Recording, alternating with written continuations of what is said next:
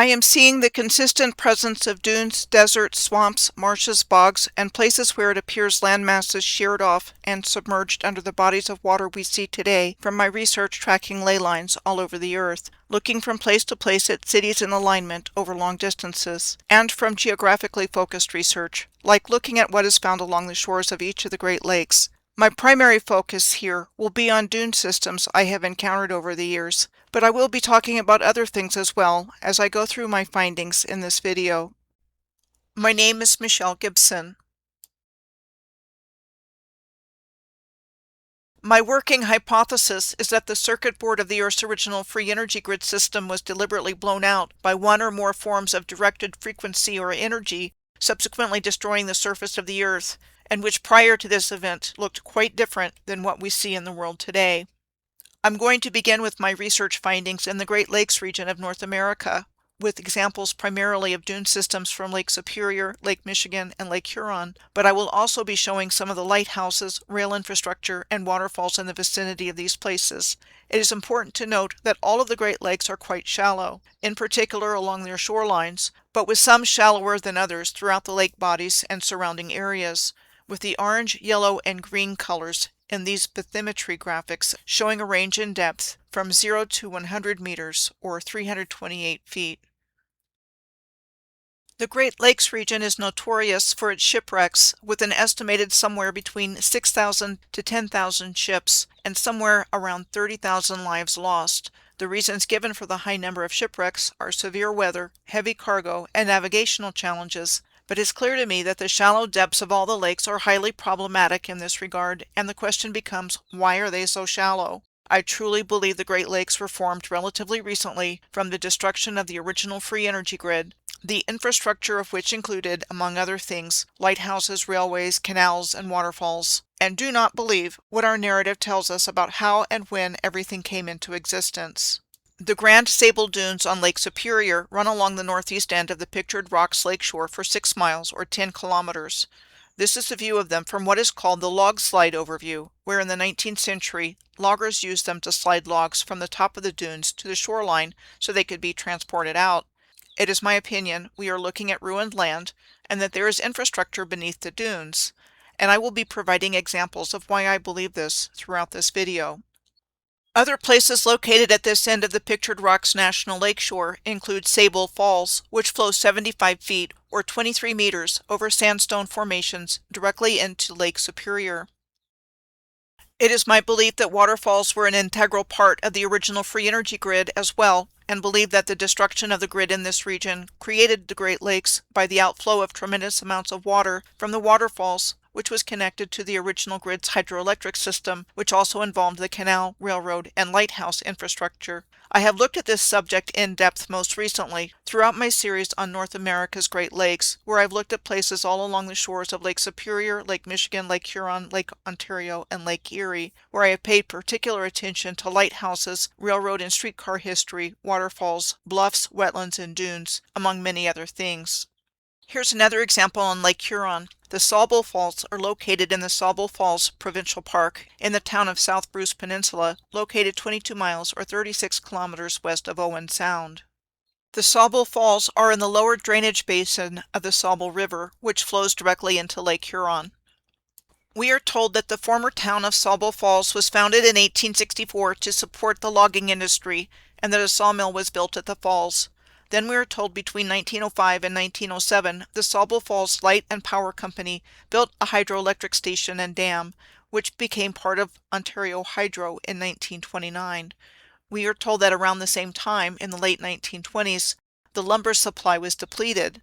Over time, the town site was gradually dismantled, and that in 1957, the province of Ontario took ownership of the area and opened the Sable Falls Provincial Park. Back on Lake Superior, the Au Sable Point Lighthouse is also located in the area of the Grand Sable Dunes and Sable Falls, and it is nicknamed the Beacon of the Shipwreck Coast, so named for all the shipwrecks that have taken place here. The lighthouse at this location was said to have been built between 1873 and 1874 and is in perfect alignment with the Milky Way. Like everything else we've been told to explain what is in existence in our world, I don't believe lighthouses were built to guide ships, by whom they were said to have been built, when they were said to have been built. What I am seeing is that they ended up next to the edge of water when the land around them sank, and were repurposed into navigational aids in the New World to guide ships through the now broken land masses in the surrounding waters. I have come to believe lighthouses were literally houses for light, for the purpose of precisely distributing light energy generated by this gigantic integrated system that existed all over the earth, that was in perfect alignment with everything on earth and in heaven. I'm not drawing these conclusions from a few examples, but from many that I have found in years of doing this research, including a lot of work tracking cities and places in alignment all over the earth. The city of Munising in Michigan is best known as the western gateway to Pictured Rocks National Lakeshore. The pictured rocks are described as dramatic, multicolored cliffs with unusual sandstone formations. Formations with names like Miner's Castle Rock and the Grand Portal Rock, as seen in this lithograph from 1851, which mysteriously collapsed in the early 1900s from the believed cause of erosion, but no one really knows what might have caused it. There are all manner of what are called natural archways all along the lakeshore, like the one called Lover's Leap. Another unusual formation was named Chapel Rock. It's not hard to see ruined and melted infrastructure in these rock formations that we are taught result solely from the forces of nature. Also important to reiterate here that the Pictured Rocks National Lakeshore is located geographically right next to the Sable Point Lighthouse, the Sable Falls, and the Grand Sable Dunes. I'd also like to mention the Lake Superior and Ishpeming LS&I Railroad that still operates in the area. It was organized in 1893 as a subsidiary of Cleveland Cliffs Iron Company, which mined iron ore and based out of nearby Marquette, Michigan. The LS&I Railroad merged in 1923 with the Munising, Marquette, and Southeastern MM&SE Railway, a short line running 40 miles or 64 kilometers east to Munising, which ran through thickly forested pulpwood on Michigan's Upper Peninsula, which was used for timber operations by Cleveland Cliffs, an iron ore and timber extraction conglomerate. Michigan Highway 28 traverses nearly all of the Upper Peninsula from east to west, from Wakefield to Sault Ste. Marie, and along with US 2 form the primary highways linking the Upper Peninsula from end to end, and providing major access for traffic from Michigan and Canada along the southern shore of Lake Superior. The scenic stretch of Michigan State Highway 28 between Seney and Shingleton, a straight as an arrow highway, goes across the Great Manistique Swamp. The Great Manistique Swamp, which is part of the Seney National Wildlife Refuge, includes the Seney Wilderness Area and the Strangemoor Bog National Natural Landmark. The Strangemoor Bog is classified as a subarctic patterned bog ecosystem, and the best surviving example of one in the 48 contiguous states, and has things like parallel strips of dune and wetland. We are told the road across the swamp was built parallel to the Duluth South Shore and Atlantic Railway. The Duluth South Shore and Atlantic Railway in turn became what was called the Soo Line. Parts of the Duluth South Shore and Atlantic Railway were converted to rail trails like the St. Ignace Trout Lake Trail, which is 26 miles or 42 kilometers of multi-use recreational trail in its former rail bed.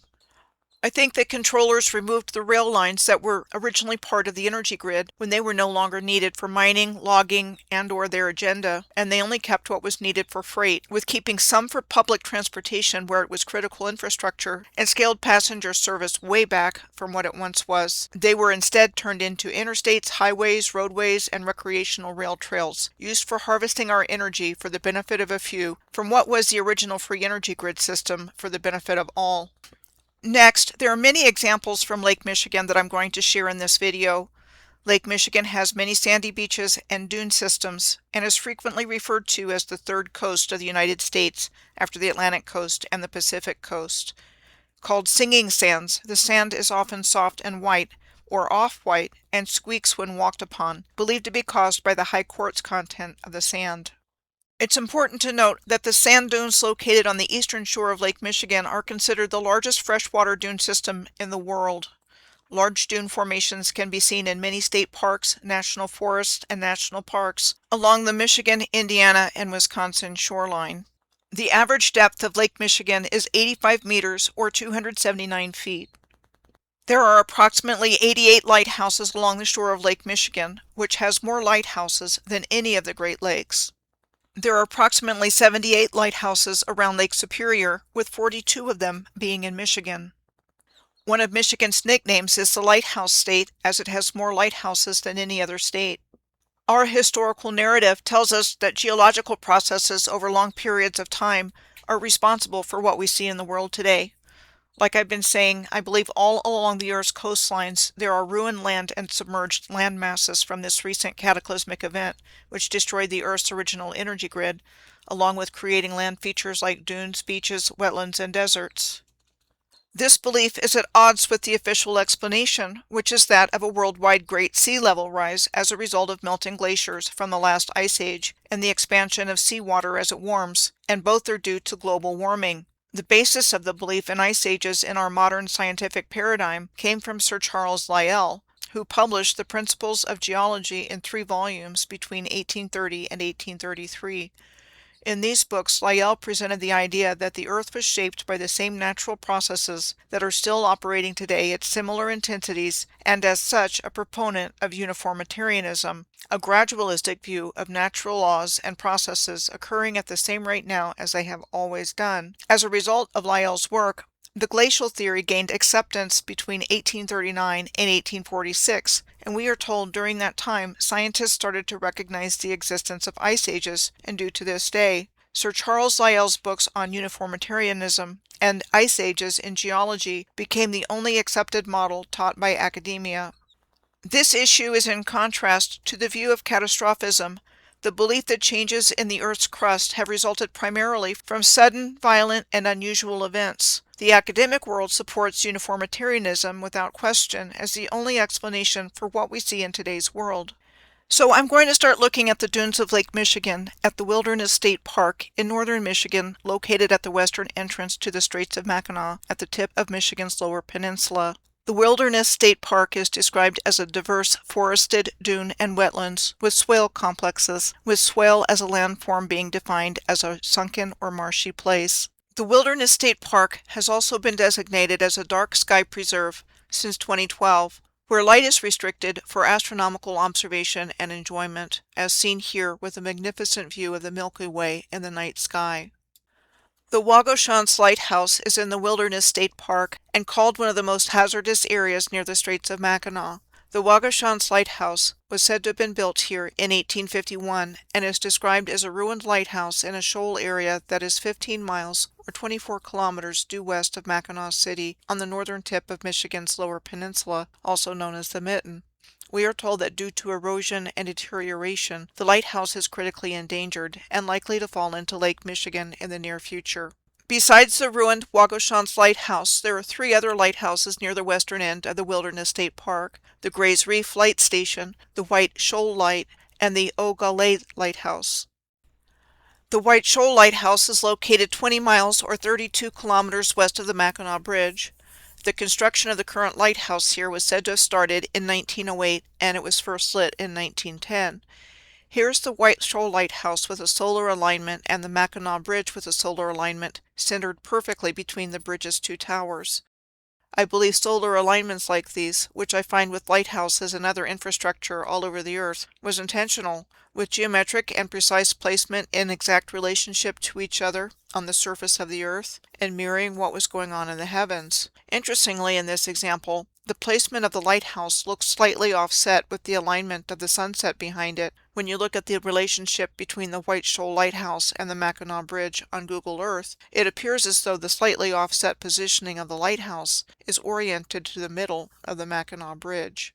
And with regards to the name for the White Shoal Lighthouse, a shoal is defined as a place where a body of water is shallow, and where a ridge, bank, or bar is close to the surface of the water and poses a danger to navigation.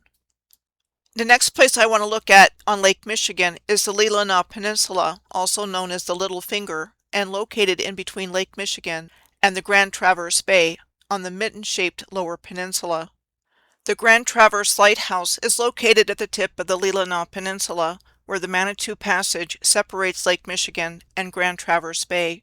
The current lighthouse was said to have been built in 1858 and is located today in Leylines State Park. This photo shows it in alignment with the Milky Way. There is also a lighthouse on South Manitou Island, with the current one said to have been built in 1872 and decommissioned in 1958. It is a museum these days. This lighthouse also has an alignment with the Milky Way.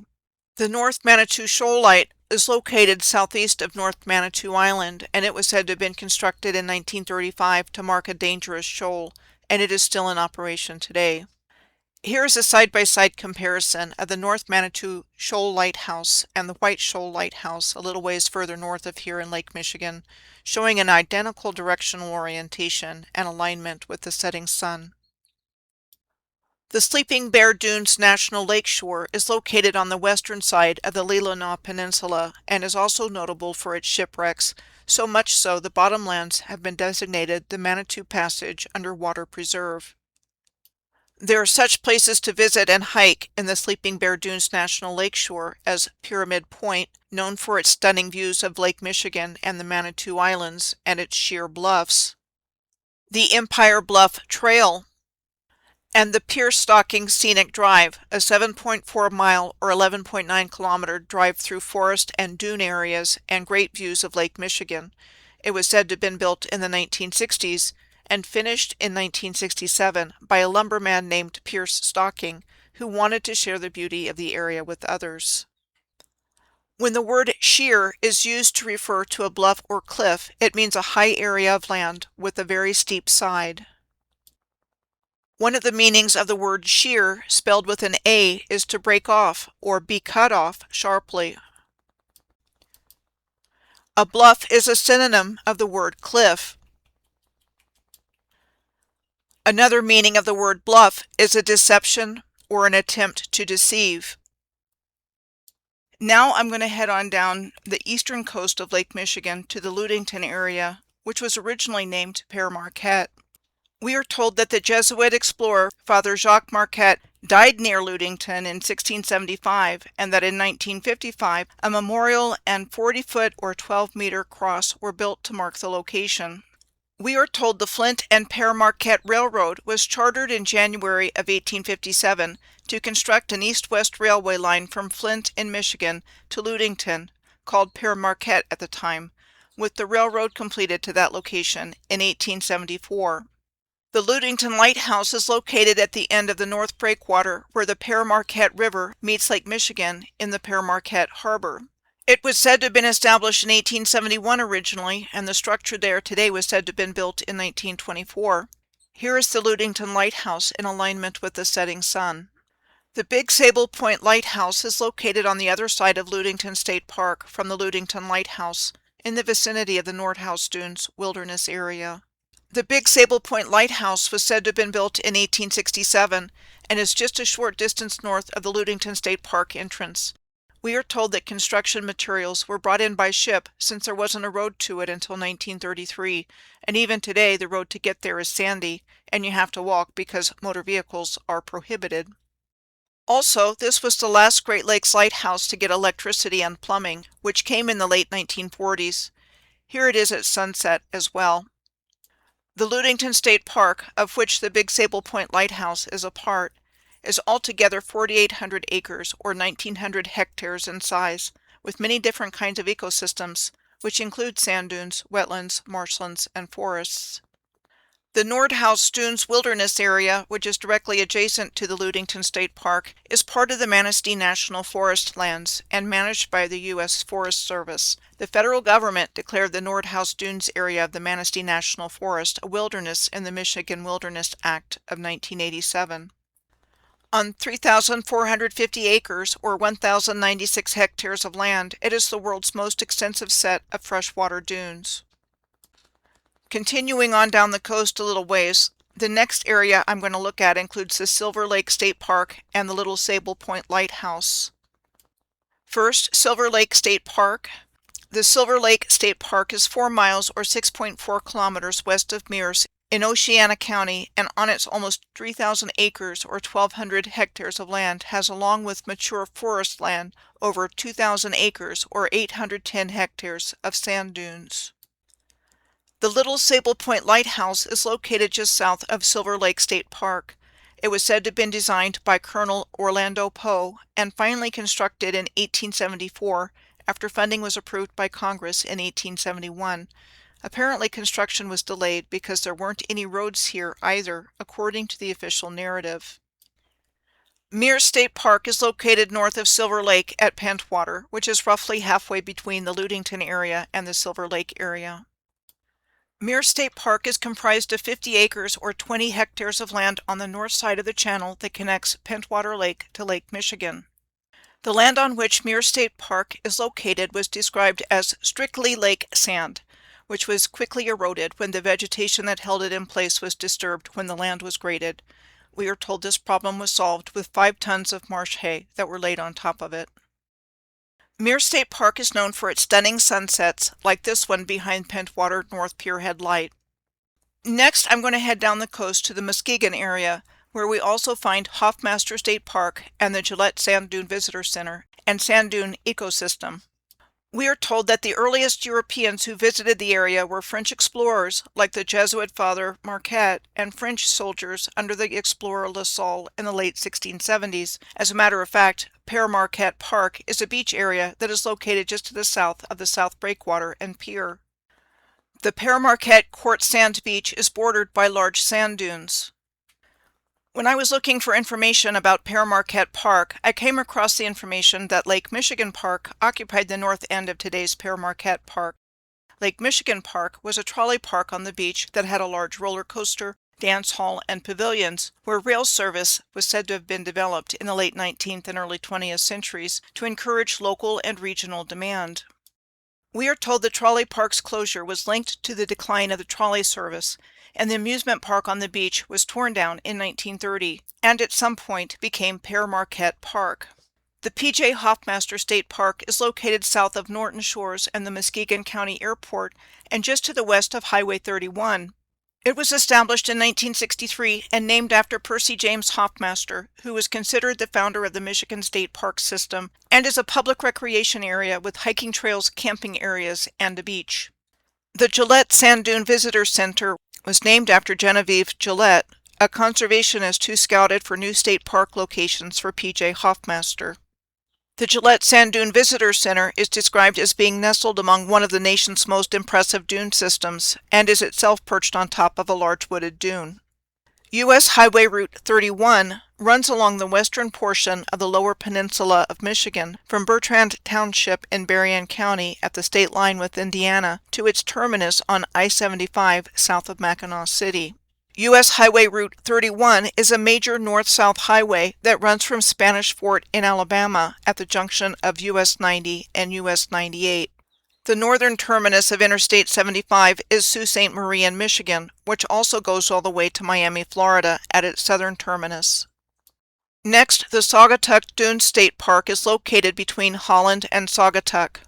The Saugatuck Dune State Park is a largely undeveloped 1,000-acre or 400-hectare public recreation area with the beach and 14 miles of hiking trails and 200-foot or 61-meter-high sand dunes covered with trees and grass. It is interesting to note that the estate of Dorr E. Felt is just to the north of the Saugatuck Dune State Park. Dorr E. Felt was known to history as the inventor of the comptometer, an adding machine and calculator used by businesses. Apparently his invention made him a very wealthy man. So much so, he could afford to build between 1925 and 1928 a 12,000 square foot or 1,115 square meter mansion, carriage house, farmhouse, and petting zoo to be a summer home called Shore Acres Farm for he and his wife and children. Sadly, his wife Agnes passed away a couple of months after the family moved into the home, and he only outlived her by a couple of years. And the Felt family finally sold the property in 1949. The property has also been used as a Catholic seminary and also as a prison by the state of Michigan. The state of Michigan owned the grounds until the early 1990s, at which time it sold the property to the Laketown Township for $1, with the stipulation the mansion would be used by the public and not by private enterprise, and among other things, it is a popular wedding venue. And also interesting to note, it has a reputation for being haunted. Further south in St. Joseph, Michigan, the Silver Beach County Park is located next to the channel known as the St. Joseph River. At one time, Silver Beach was a trolley park and developed as a vacation resort, which first opened in 1891. This amusement park on the beach had a roller coaster, roller skating rink, pipe organ, boxing ring, dance hall, and carousel. The carousel was restored to its former glory and can be found in the building to the right side of this photo of the park facing Lake Michigan. There is a fountain on the left called the Whirlpool Compass Fountain. The Whirlpool Compass Fountain is described as a large splash pad with water jets that can be enjoyed in the spring and summer months. I have no doubt there is more to this story as well. We are told that in January of 1870, the Chicago and Michigan Lake Shore Railroad extended a rail line from New Buffalo to St. Joseph, connecting it to Grand Rapids, Muskegon, Detroit, and Chicago. It was reorganized as the Chicago and West Michigan Railway and then incorporated into the Pere Marquette Railroad.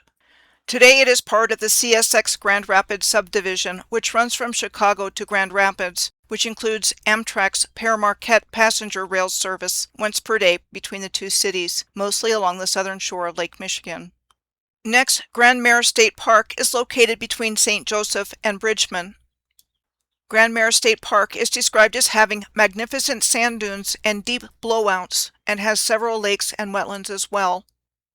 The park has almost 2 miles or 3.2 kilometers of sandy beach that you have to climb over steep sand dunes on foot to get to because off-road vehicles have been banned. Speaking of blowouts, this is a good place to mention the New Madrid earthquakes. In our historical narrative, the series of earthquakes in the New Madrid region in the winter of 1811 and 1812 dramatically affected the landscape, causing bank failures along the Mississippi River, destroyed entire communities, caused landslides along the Chickasaw Bluffs in Tennessee and Kentucky, large tracts of land subsided on the Mississippi floodplain, and liquefied subsurface sediment spread over a large area at great distances, and was described as widespread and severe. Sand blows, described as large sandy deposits resulting from an eruption of water and sand to the ground surface, formed over an area of 4,015 square miles, or 10,400 square kilometers. So there are hints of something of a cataclysmic nature taking place found in our historical narrative, with the New Madrid earthquakes having been estimated as the largest earthquakes ever recorded in the United States, that the USGS estimated were between 7 and 8 on the Richter scale. Descriptions of what happened during the first one included rolling ground, uprooted trees, huge chasms opening up and swallowing whatever was above, the Mississippi River flowing backwards, and general pandemonium from frightened people. The St. Francis Sunken Lands Wildlife Management Area in northeastern Arkansas today was said to have sunk during the New Madrid earthquakes, turning once fertile and abundant landscape into a swamp. These descriptions are actually a snapshot of what I believe took place across the entire surface of the Earth through the deliberate destruction of the original energy grid. Then there are odd stories like these that go along with this historical event as well, like this one. We are told that after all of this devastation in the New Madrid region, it took 3 years to get federal action on disaster relief for the region with the onset of the War of 1812, with Congress finally approving $50,000 for the New Madrid Relief Act on February 17th of 1815, making it the nation's first disaster relief of its kind.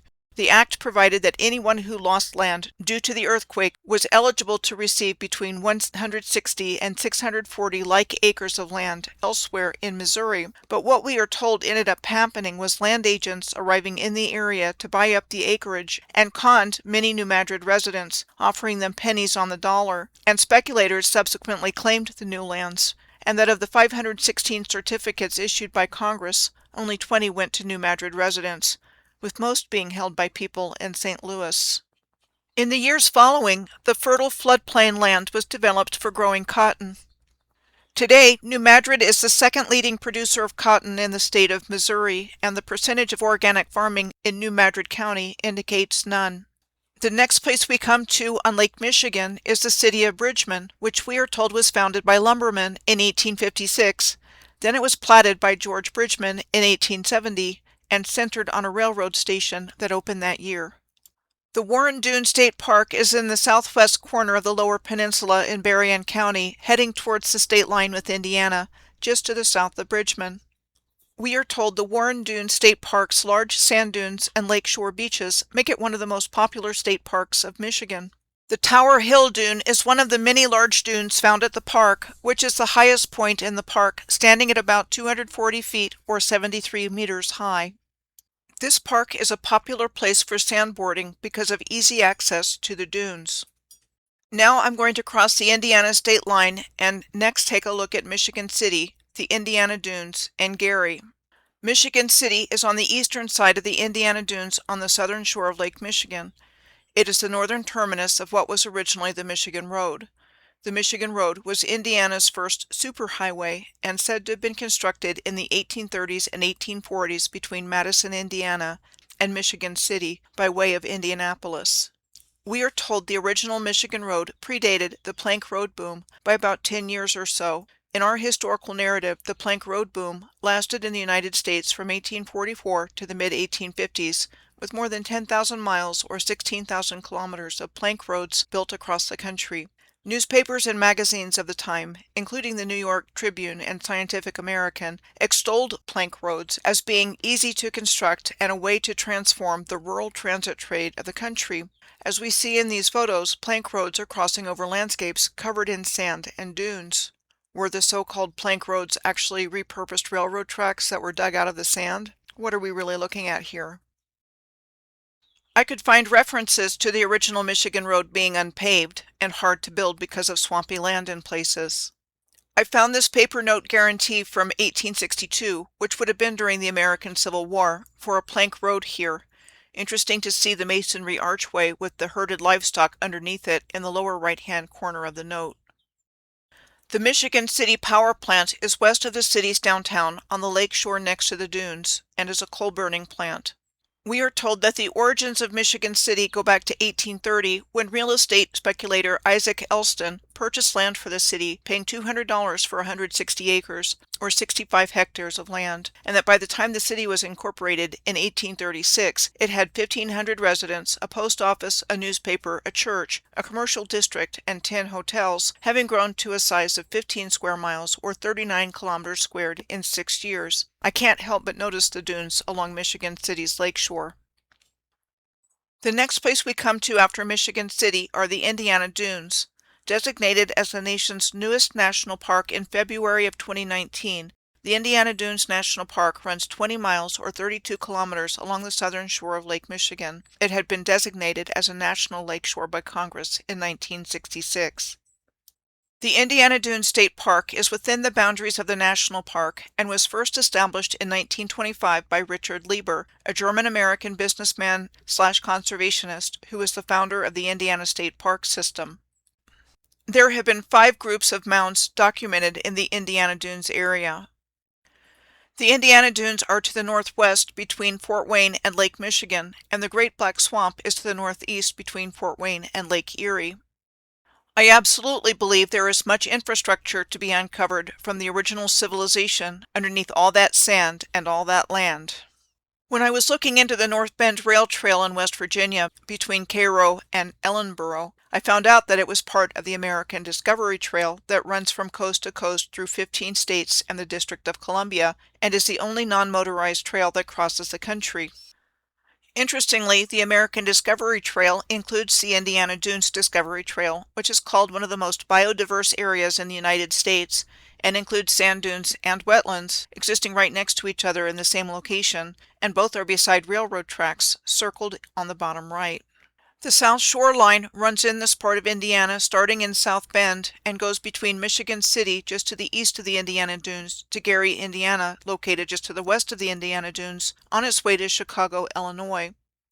The Cleveland Cliffs Steel Plant is located on the west side of the Indiana Dunes National Park. Operated by Cleveland Cliffs, Inc., it is the world's largest producer of flat-rolled steel.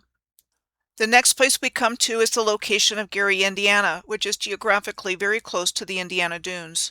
I first looked into the Indiana Dunes and Gary when I was doing the research for trekking the Serpent Lay, going from place to place on a long-distance ley line from the Bermuda Triangle to Lake Itasca in Minnesota that was identified by geographer Peter Champoux. Peter's work can be found on his website, geometryofplace.com.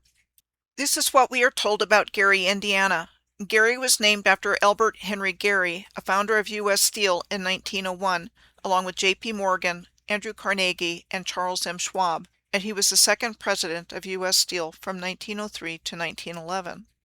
In June of 1906, the location of what became the city of Gary, about 26 miles or 42 kilometers east of Chicago, Illinois, was a wasteland of drifting sand and patches of scrub oak. No one lived there, and there was no agricultural value to the land.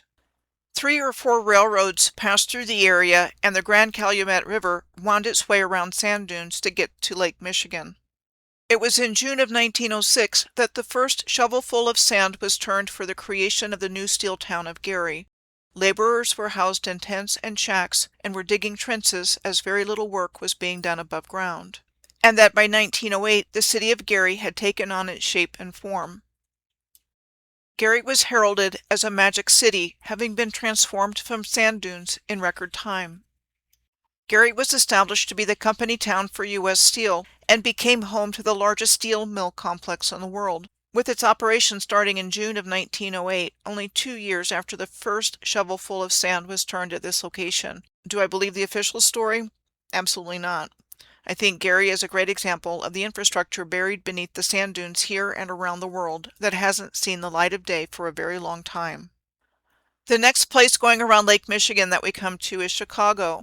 I just want to mention something here about the World's Fair in Chicago, known as the World's Columbian Exposition in 1893, said to have been held to celebrate the 400th anniversary of Christopher Columbus's arrival in the New World in 1492. We are told the fair also served to show the world that Chicago had risen from the ashes of the Great Chicago Fire of 1871 only 22 years earlier. This was the map of the South Park Commission site for the World's Columbian Exposition of Jackson Park, Washington Park, and the Midway Plaisance. As the person responsible for planning the basic land and water shape of the exposition grounds, we are told that the famed landscape architect Frederick Law Olmsted concluded the marshy areas of Jackson Park could be converted into waterways, and that the workers dredged sand out of the marshes to make lagoons of different shapes and sizes.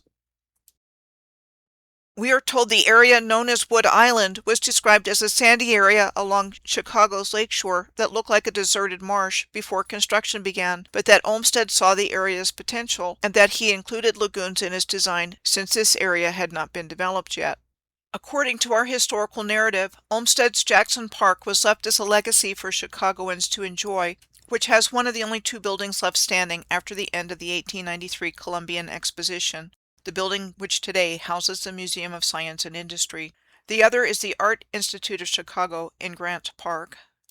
Now I'm going to go up the western coast of Lake Michigan from Chicago to Illinois Beach State Park, which is located on Lake Michigan in between Waukegan in Illinois and Kenosha in Wisconsin. The Illinois Beach State Park forms most of the Chilwaukee Prairie Illinois Beach Lake Plain, an internationally recognized wetland of importance under the Ramsar Convention.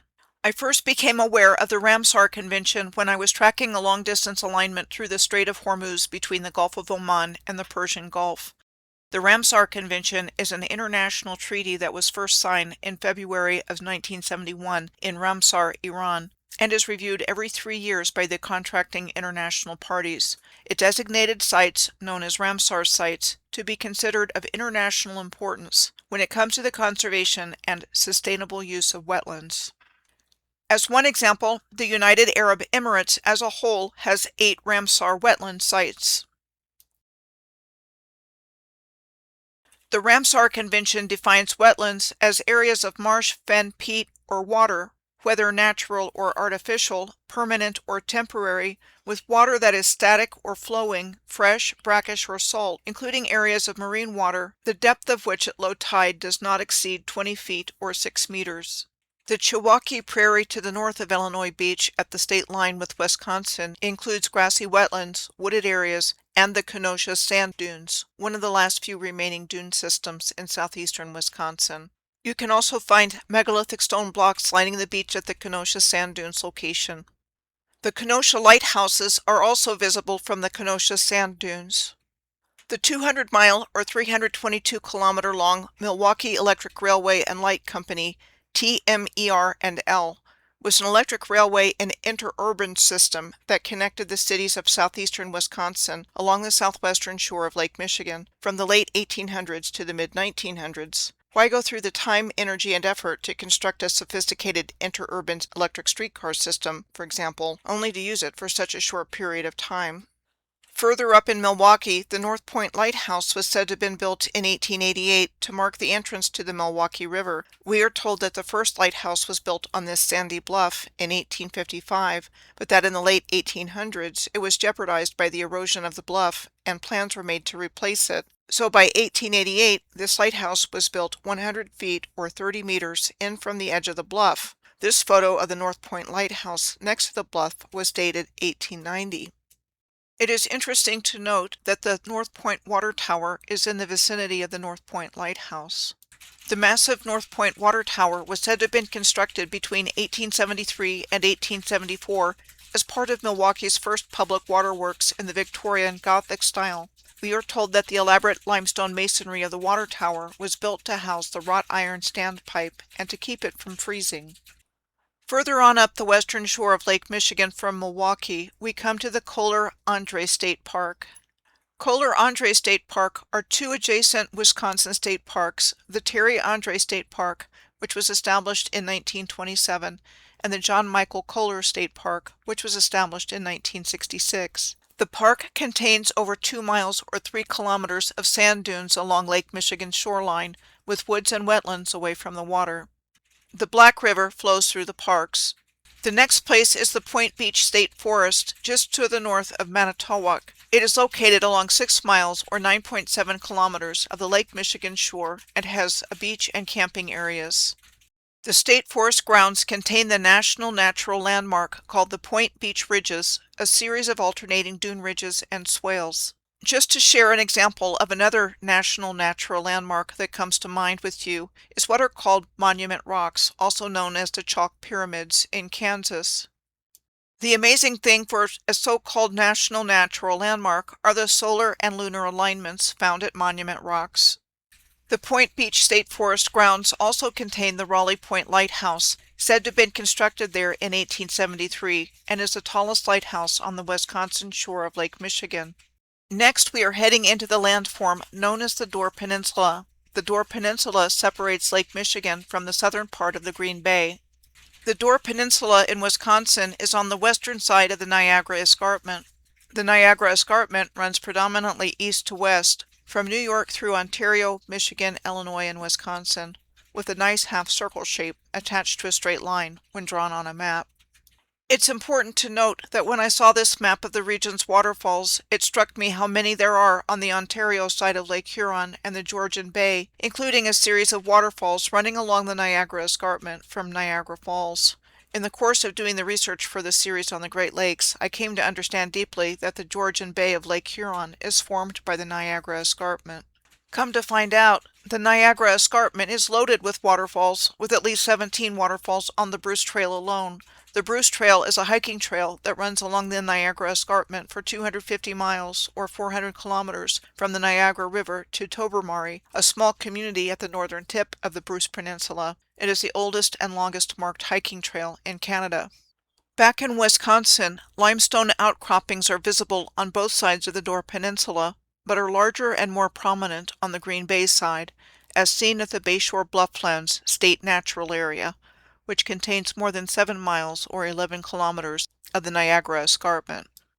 Progressions of dunes are seen on much of the rest of the shoreline, as seen at the Whitefish Dunes State Park. Whitefish Dune State Park and Natural Area preserves the largest and most significant dune landscape in Wisconsin and offers trails and picnic areas for visitors. It is also heavily forested with such trees as birch, fir, cedar, yew, maple, aspen, hemlock, and beech. Whitefish Dune State Park also has a stone masonry-looking shoreline. Sturgeon Bay is the largest city of the Door Peninsula and a popular tourist destination. In 1874, Sturgeon Bay was incorporated as a village and as a city in 1883. In the 19th century, Sturgeon Bay became a center of stone quarrying, with 5 quarries shipping limestone throughout the region. I strongly suspect that the stone quarries here and elsewhere in the world were harvesting megalithic stone blocks from existing infrastructure. Next, the city of Green Bay is at the southern end of the Green Bay, which is an arm of Lake Michigan and the largest bay on Lake Michigan, and located right next to the Door Peninsula. There's a lot here, but I'm just going to share about the remnants of what is called the first Longtail Lighthouse. It was said to have been built in 1848 and was in use for only 10 years from 1849 to 1859. It sits long abandoned on Longtail Point, a sandbar next to the channel near the city of Green Bay. This 1867 survey map of the harbor around Green Bay shows the sandbars and mud there.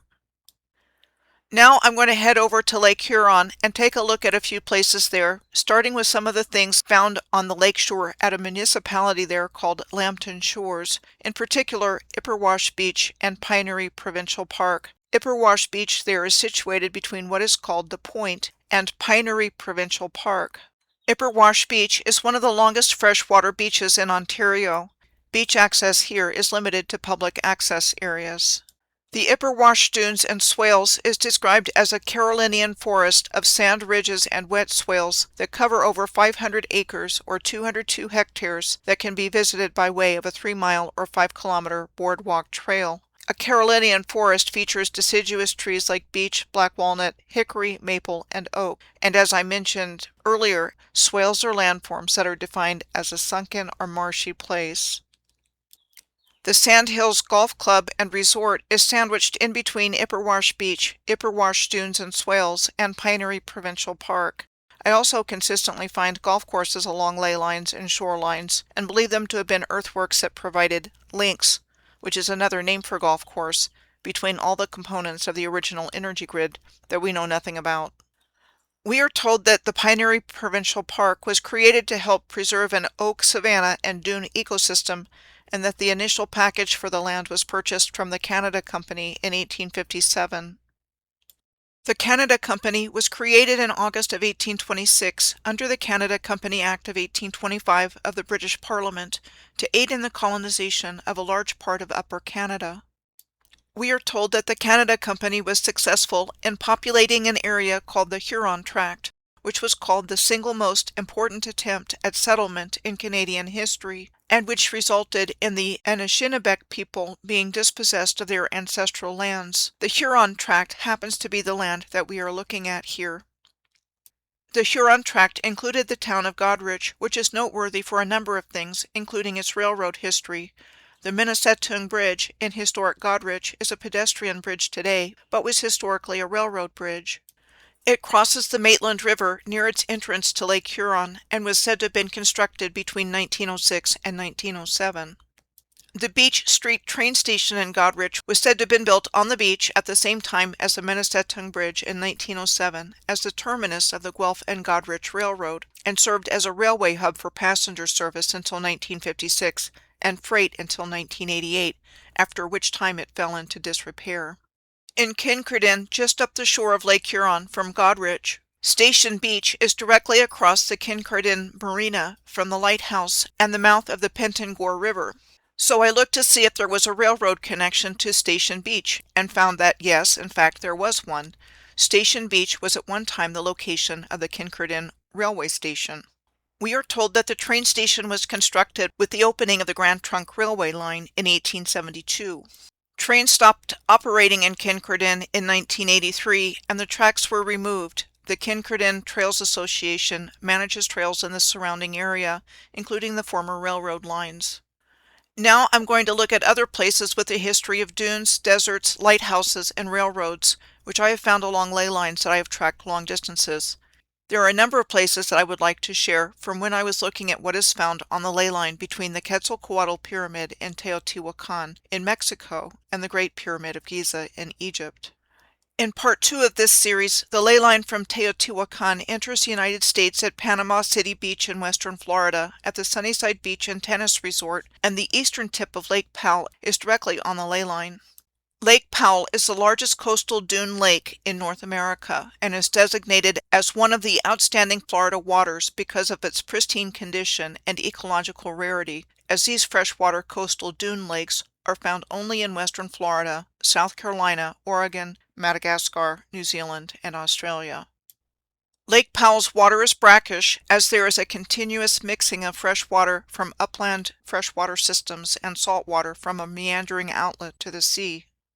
Now I'm going to head over to where this ley line leaves the United States at Corova Beach, at the Virginia-North Carolina state line, which is a small unincorporated community in North Carolina. Corova Beach is part of the Albemarle-Pamlico estuarine system. The combined estuary has over 3,000 square miles, or 7,800 kilometers squared, of open water, making it the second largest estuary in the United States, after the Chesapeake Bay just to the north of it. An estuary is defined as a partially enclosed coastal body of brackish water, which is water that is salty, dirty, and unpleasant, with one or more rivers flowing into it, and a connection to the open sea.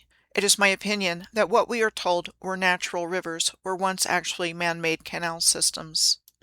Corova Beach is the northernmost community in the northern Outer Banks of North Carolina. There are sand dunes found in the Outer Banks, like those at Jockey's Ridge State Park at Nag's Head. Jockey's Ridge is called the tallest active sand dune system in the eastern United States and is just a short distance south of where this pyramid alignment leaves the United States at Corova Beach. The Outer Banks are described as a row of low sandy barrier islands, where we find more historic forts said to have been built by the Confederacy at the beginning of the Civil War in 1861. The Outer Banks also has 5 historic lighthouses along the coastline of the barrier islands of the Outer Banks.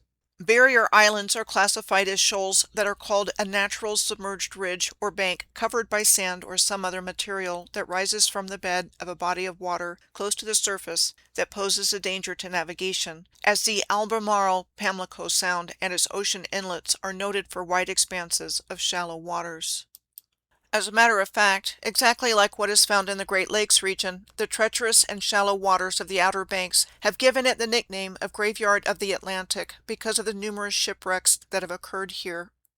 Like Corova Beach, the Dismal Swamp State Park is also located at the border with North Carolina and Virginia, and part of the larger Great Dismal Swamp of the coastal plain region between Norfolk in southeastern Virginia and Elizabeth City in northeastern North Carolina. The adjoining Northwest River Natural Area Preserve is in Virginia, and the Northwest River Marsh and Game Land in North Carolina.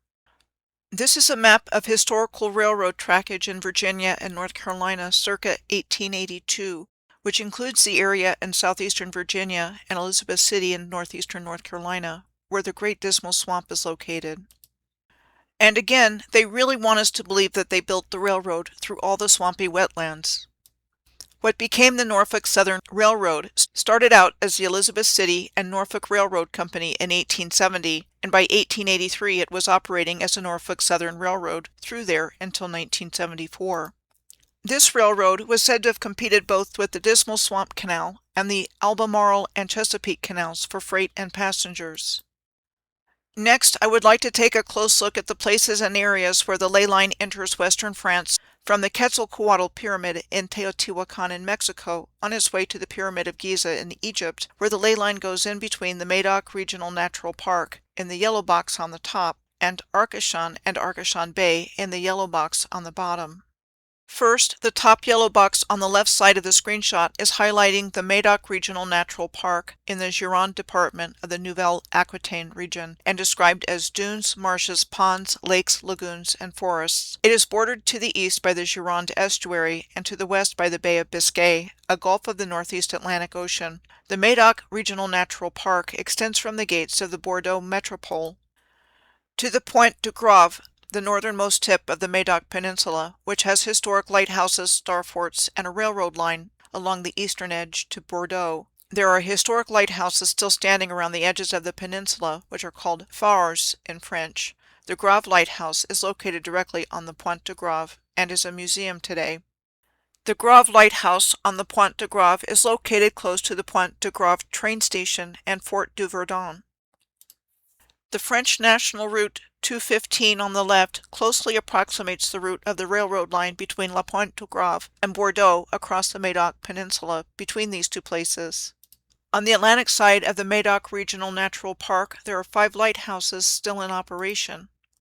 The Cordouan Lighthouse is located 4 miles or 7 kilometers out into the open sea, located at the mouth of the Gironde estuary, and was said to have been built between 1594 and 1611. This is what it looks like inside the Cordouan Lighthouse. The St. Nicholas Lighthouse is located on the Dune of Leclerc on the Pointe de Grave and forms an alignment with the Cordouan Lighthouse and the Grave Lighthouse. The Horton Dunes and Marshes National Nature Reserve, a system of dunes, marshes, and large lakes, is on the coastal strip in the western part of the Médoc Regional Natural Park. There are two lighthouses at the Horton Dunes location, situated 650 feet or 200 meters apart from each other on a north-south axis and said to have been built in 1860 on the coastal dunes of Horton. Lastly, at this location on the Médoc Peninsula is the Cap Ferret Lighthouse. The original lighthouse here at the entrance to Arcachon Bay was said to have been built between 1839 and 1840, destroyed by the Germans in 1944, and rebuilt in 1947 to look the same as the first one. This is part of the same rail infrastructure that connects the Pointe de Grave with Bordeaux along the western edge of the Gironde estuary. When I was looking around for more information on this region off the coast of western France, I stumbled upon a whole lot of star forts and batteries and another lighthouse in the Pertuis d'Antioch Straits on and around the Ile d'Ay and the Ile d'Oléron. Over the course of years of doing research along the Earth's ley lines, I have found other island locations loaded with star forts and batteries, which we have always been told were military fortifications in our narrative. This includes places like the small island of Bermuda in the North Atlantic Ocean, and the Fernando de Noronha Islands off the coast of Brazil near the city of Natal. Here are historic drawings of 8 of the 10 I found out about on Fernando da Noronha within an archipelago whose area totals 10 square miles or 26 kilometers squared. Both Bermuda and Fernando da Noronha are in the Atlantic Ocean, separated by 3,277 miles or 5,274 kilometers. Alderney in the Channel Islands of the English Channel between southern England and northern France is also loaded with star forts. Alderney Island is only 3 miles or 5 kilometers long and 1.5 miles or 2.4 kilometers wide. Alderney is the northernmost of the inhabited Channel Islands. Alderney is the closest of the Channel Islands to both England and France and is separated from the Cap de la Hague in France's Normandy region by the Alderney Race, described as a dangerous passage because of the strong currents that run through it. From this particular map, it certainly looks like there is more of Alderney Island below the water than above it. I used this Google Earth screenshot to orient myself to Alderney's location with respect to England and France in order to match up Alderney's location with this map and to show what appears to be a triangulated relationship between these three places with a high concentration of star forts for their small sizes. Alderney became one of the most heavily fortified sections of Hitler's Atlantic Wall, which we are told was one of the largest building works of the 20th century, which were fortifications built between 1942 and 1944 and envisioned to make an Allied invasion of the Western European mainland from the sea impossible. I suspect that this was actually a cover story for pre-existing infrastructure, and the Nazis were extremely interested in the Channel Islands throughout the course of World War II.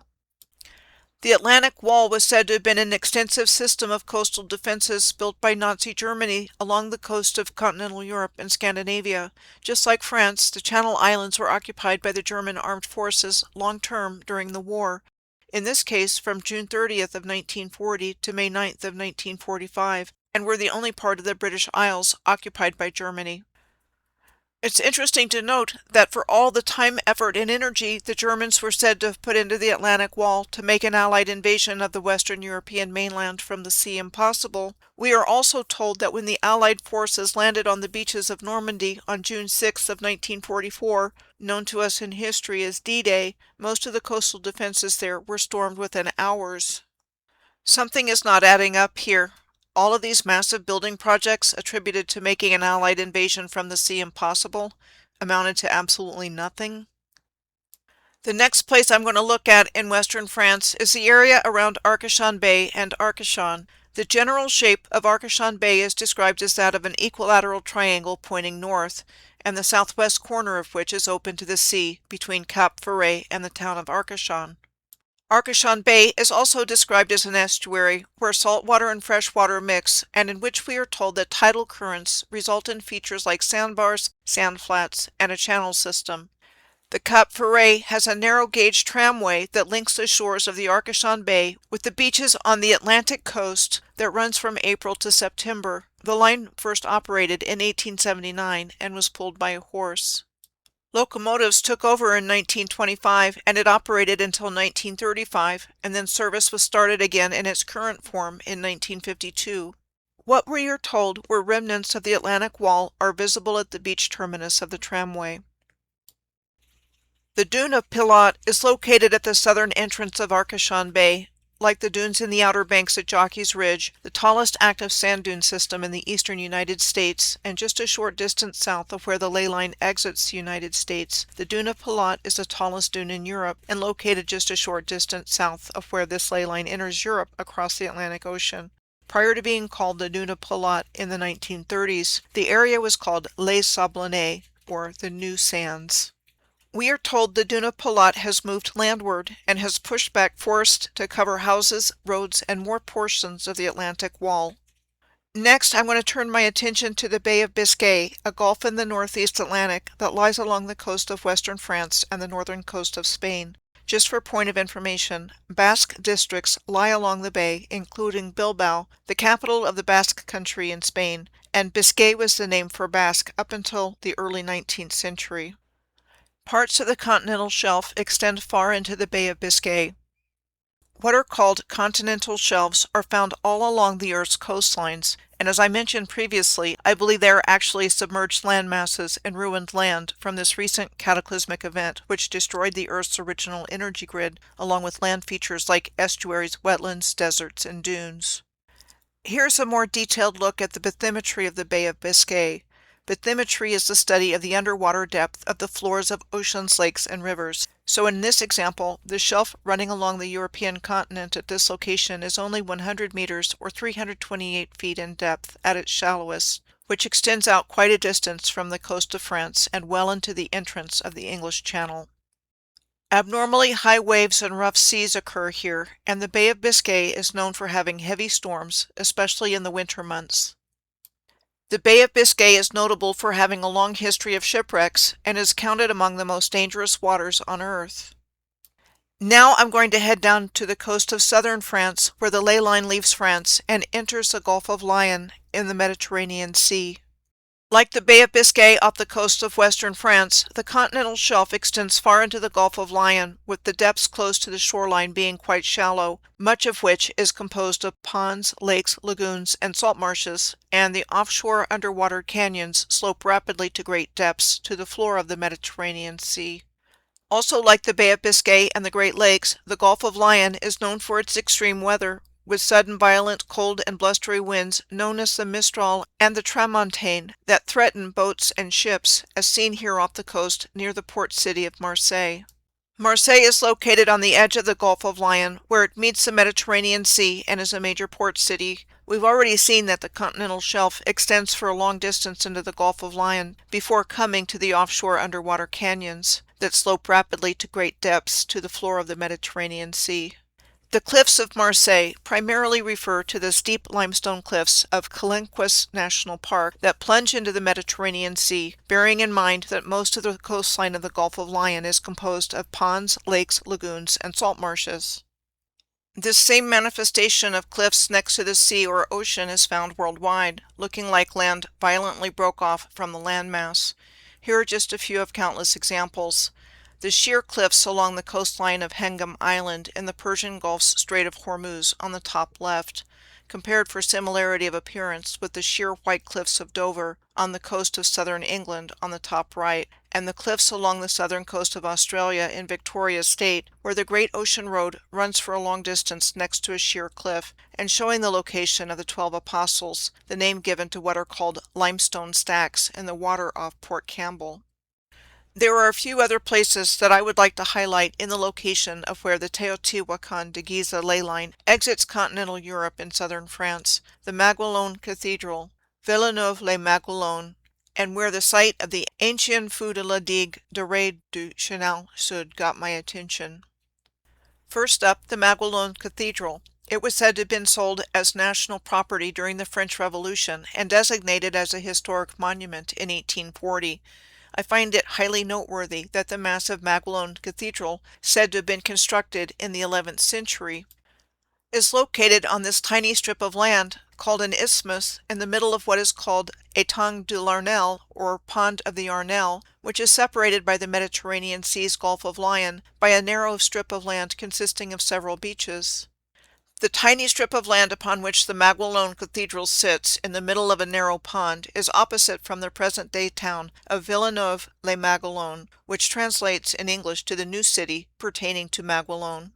La Porte de Maguelone, or the Maguelone Gate, sits by itself on the end of the isthmus where the Maguelone Cathedral is located. This is what I found when I was looking for more information on the lonely Maguelone Gate. The Rhône-to-Sète Canal, pointed out by the red arrows, separates the Pond of the Moors and the Pond of the Arnelle above the canal, and the Pierre Blanche Pond and the Pond of the Prévost below it.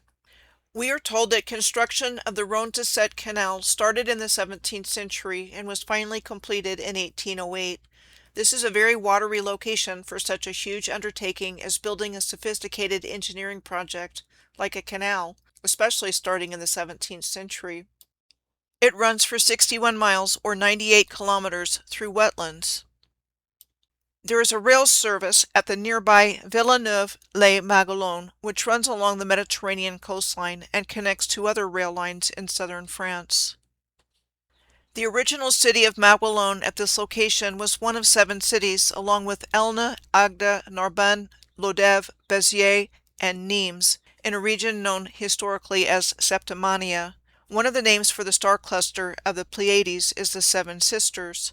I found a depiction of the Pleiades and compared it with a map of these 7 cities in southern France to see if a case could be made that they constitute a star map, and I think there can be. As I've been sharing with the examples of lighthouses, there is a significant amount of evidence that the original advanced civilization built everything on the earth as a mirror of the heavens from ancient to modern times.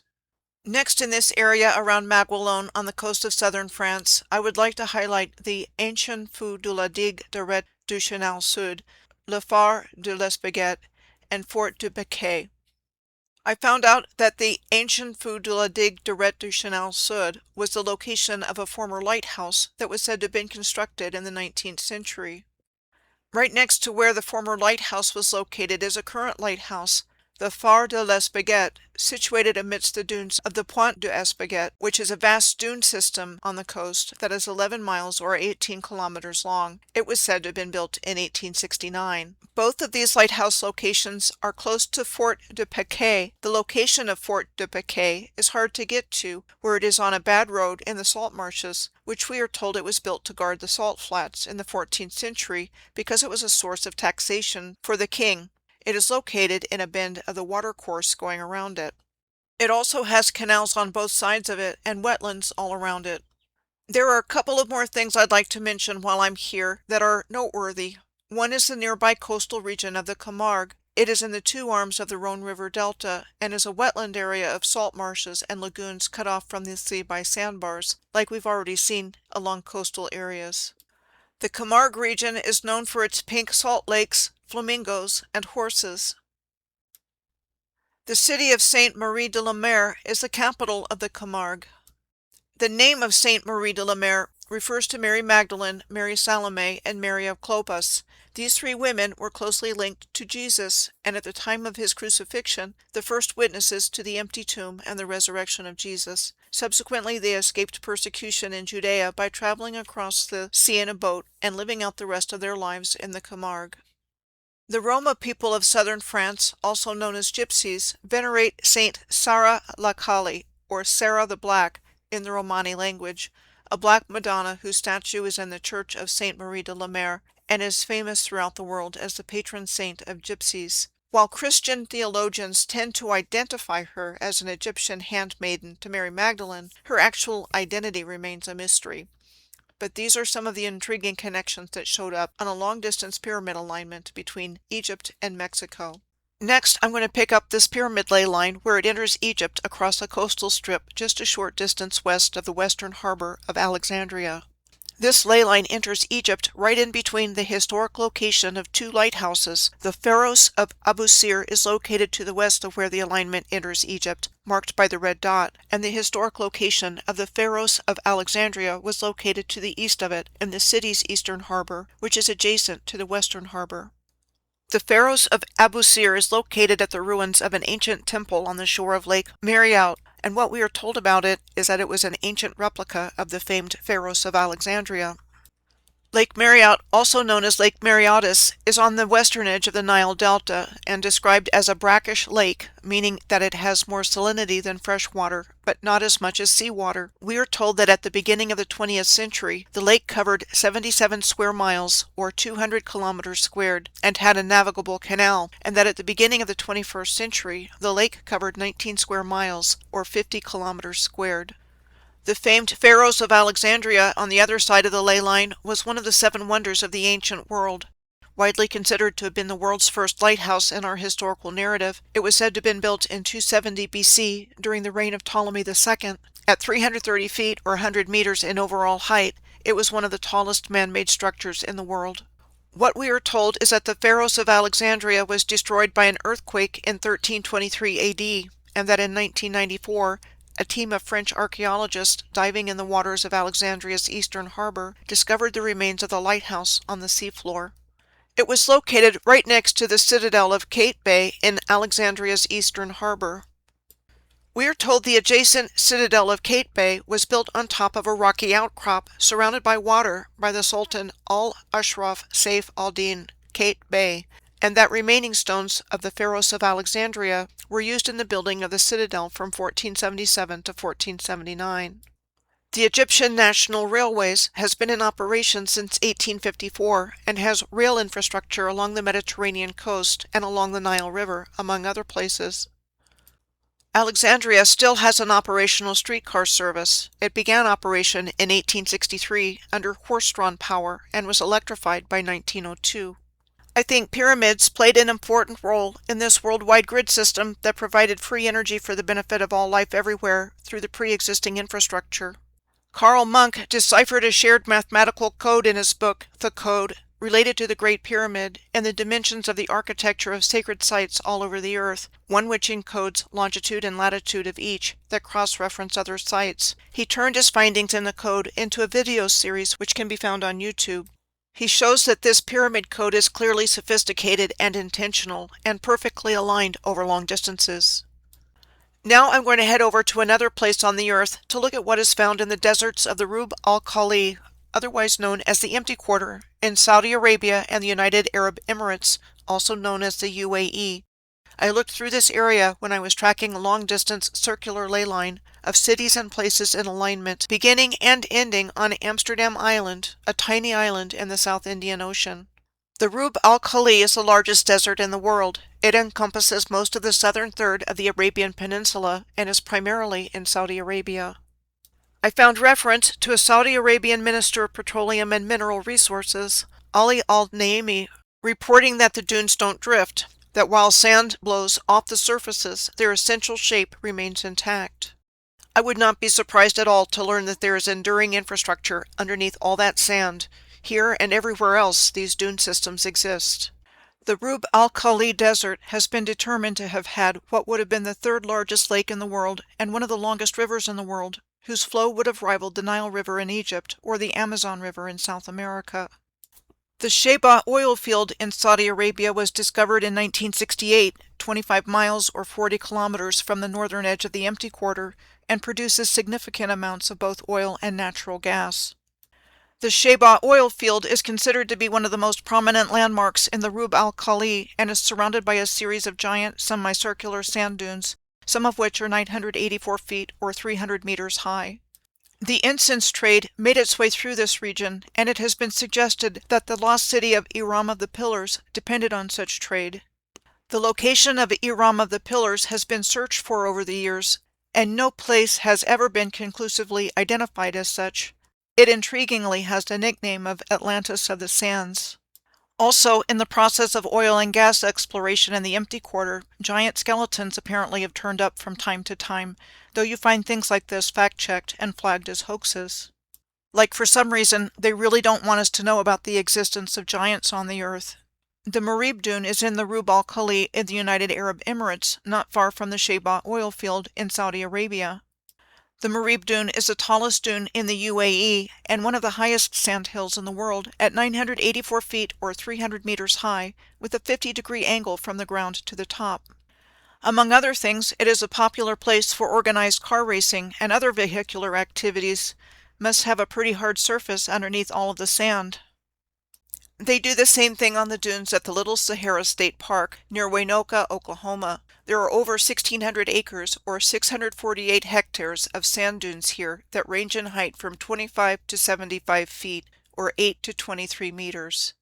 Oklahoma's Little Sahara State Park is southeast of Freedom, Oklahoma, and both of these locations are on the Cimarron River. This is an old photo of what once was Chimney Rock in Freedom, Oklahoma.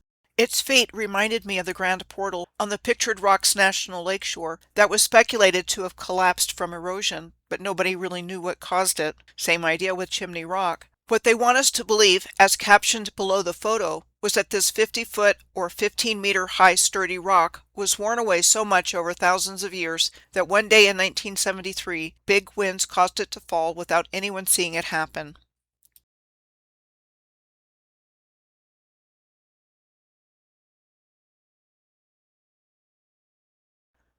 Freedom is also the location of Alabaster Caverns State Park. Alabaster Caverns features the world's largest gypsum cave open to the public and contains rare alabaster formations. I do believe we are looking at destroyed infrastructure at these locations, no longer recognizable as such from what these places once were, and it is my opinion these were the results of the deliberate destruction of the original energy grid. Alabaster was used by ancient builders for things like interior decoration and natural lighting. It is a soft stone that transmits light and was cut, carved, and polished to achieve translucent, glowing effects. Today, the City of Freedom in Woods County is the smallest certified city in Oklahoma, with a population of 174 people in the 2020 census. In our historical narrative, it got its start in the late 1800s, following the Cherokee Strip land run, when farmers and ranchers began a small settlement in the area. The Cherokee Strip land run began at noon on September 16th of 1893, with approximately 100,000 people running to stake claim on the free 6 million acres of land and 40,000 homesteads that had been opened up for settlement. The Oklahoma counties of Woods, Kay, Grant, Woodward, Garfield, Noble, and Pawnee were established following the Cherokee Strip land run. This is the historic Woods County Courthouse in Alva, Oklahoma. It was said to have been constructed in 1904 and condemned and demolished between 1954 and 1956 to make room for the current Woods County Courthouse.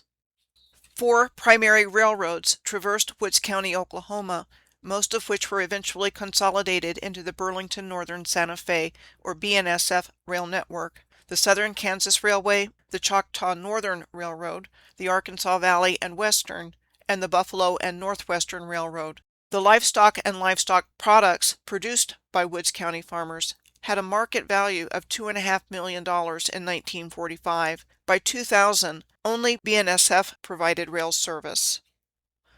There's one other noteworthy place in Woods County that I would like to mention. The Cargill Solar Salt Processing Plant west of Freedom on the Cimarron River Flats, known as the Big Salt Plain. The process does not involve mining salt from underground shafts, but one in which salty brine is pumped from underground deposits directly into shallow evaporative ponds. Approximately 100,000 to 200,000 pounds, or 45,360 to 90,719 kilograms of salt are harvested here annually for agricultural use, like cattle licks, water softeners, and petroleum drilling. Oklahoma was where I first awakened to all of the things I'm sharing with you now about a worldwide advanced civilization that has been erased from our memory. And from the start of my waking up to it, I was aware of a connection to energy. After I became aware of the existence of the North American star tetrahedron, and as I started to become aware of the symmetrical, geometrically shaped features of the landscape when I was living in central Oklahoma, I started to see how the layout of the grid and ancient infrastructure were being utilized by the energy industry unbeknownst to the general population. I started to see how the layout of the grid and ancient infrastructure were being utilized by the energy industry unbeknownst to the general population. For example, we are told that these are wind turbines. Pictured in this photo, west of Oklahoma City in Okarche, there is a massive wind farm spread across the landscape. However, these turbines are not just placed anywhere, they are placed in a relatively linear fashion within a defined space, so their placement appears to be intentional and not random. Also, all of the wind turbines that are running go at the same speed, regardless of whether the wind is blowing. I really question whether they are actually being powered by wind and think they are being powered by some other technology. Wind turbine farms have popped up in different places in western Oklahoma and the Texas Panhandle. From what I could see in Oklahoma, wind turbines are typically associated with cities with an energy industry connection, like Woodward and Enid, where I would see a line of them.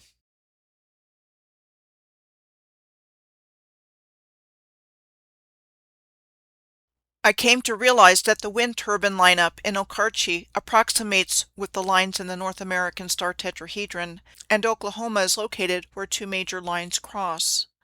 The Anadarko Basin underlies western Oklahoma, the Texas Panhandle, southwestern Kansas, and southeastern Colorado. Like the previously seen Sheba oil field in Saudi Arabia, the Anadarko Basin produces large amounts of natural gas and oil. Another place of interest is Cushing, Oklahoma, which is located between Stillwater, Oklahoma and Tulsa, Oklahoma, and called the pipeline crossroads of the world. It is one of the largest physical crude oil storage facilities in the world and functions as the central intersection for domestic and international oil pipelines. I came to realize while living in Oklahoma that tank farms are typically situated on top of what appears to be earthworks. Here are two examples, but very typical of the types of things I started to notice as I was becoming more aware. When I lived in Oklahoma, I had the occasion to drive along Highway 412 from Woodward to Enid, all of which are just south of Alabaster Caverns in Freedom and the Little Sahara State Park in Waynoka. All along the way, I saw features in the landscape that looked like these at Gloss Mountain State Park near Enid. At many places in this drive, I saw what looked like fracking wells in the distance next to these features, similar to the one pictured here. I believe terms like fossil fuel and natural gas are misnomers, and that our modern energy industry is actually based on ancient energy technologies. I have also seen countless examples of utility poles in sand dunes and on earthworks. There are many more examples of dune systems on the surface of the Earth, but what I have covered in this video illustrates why I believe that the Earth's original energy grid system was based on geometrically precise and exact ley line alignments that mirrored the heavens, and that a deliberately caused cataclysm destroyed it around key infrastructure of the energy grid, including railways, canals, starforts, and lighthouses. I believe the malevolent, parasitic beings behind the cataclysm were shovel-ready to dig enough of the original infrastructure out of the ruined Earth so they could be used and civilization restarted as a new world order, which I think started in earnest in the mid to late 1700s and early 1800s. I think that when the energy grid was destroyed, the land was destroyed and created all the land features we see in the world today that have been covered up by calling everything the result of natural and geological forces and suppressing any history or explanations that would contradict the official narrative. There are some good examples in Texas that come to mind about how the original ancient infrastructure has been covered up by calling it natural.